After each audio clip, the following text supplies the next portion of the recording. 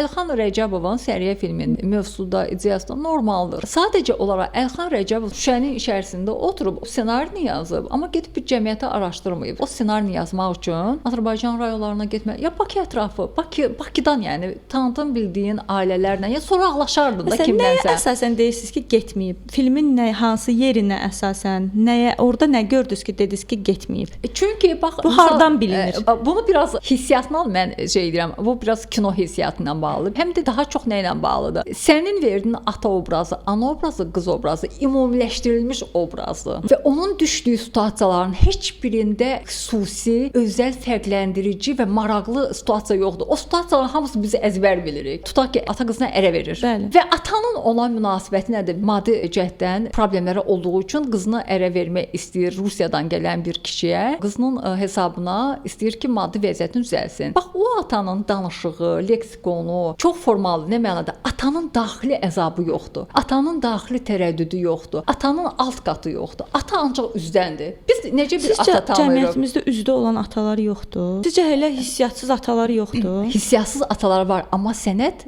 reallıqdan fərqlənməlidir. Bayaq dediniz, öz millətini tanısın, öz millətini real göstərsin. Yox, öz millətini real göstərsin, amma eyni zamanda ona müəllif mövqeyini gətirsin. Hər şeyin bir alt qatı var. Hətta mən sizə əmin edirəm ki, o hissiyatsız atanın belə mənfi qatı ola bilər, amma sən onu göstər. Çünki heç nə elə belədən yaranmır. Atanın daxili dünyasını görə bilmirik. Nə bədii həll var, nə də atanın içini görə bilirik. Ata əclafdır vəssalam. Yəni insan tamamilə əclaf olmur axı nəsə olmalıdır. Hətta realda belədirsə, sən onun sənət kontekstini gətir ki, bu da var və səbəbləri göstər. Bu da yoxdur. Yəni onu gətirəcək səbəblər yox. Səbəblər göstərilmir. Bunun üçün də nə etmək lazımdır? Heç olmasa bir 5 ailəni araşdırmaq lazımdır. 5 ailəni araşdırandan sonra artıq sən ssenarini yazmalıydın. Sənin mümbit obrazında olacaqdı. Yaxşı maraqlı situasiyalarında olmalıydı. Mən yazmışdım Telegram kanalında. Bir neçə situasiya mənim çox xoşuma gəldi. Onu stol üstündə çox yaxşı idi. Çox yaxşı düşünülmüşdü.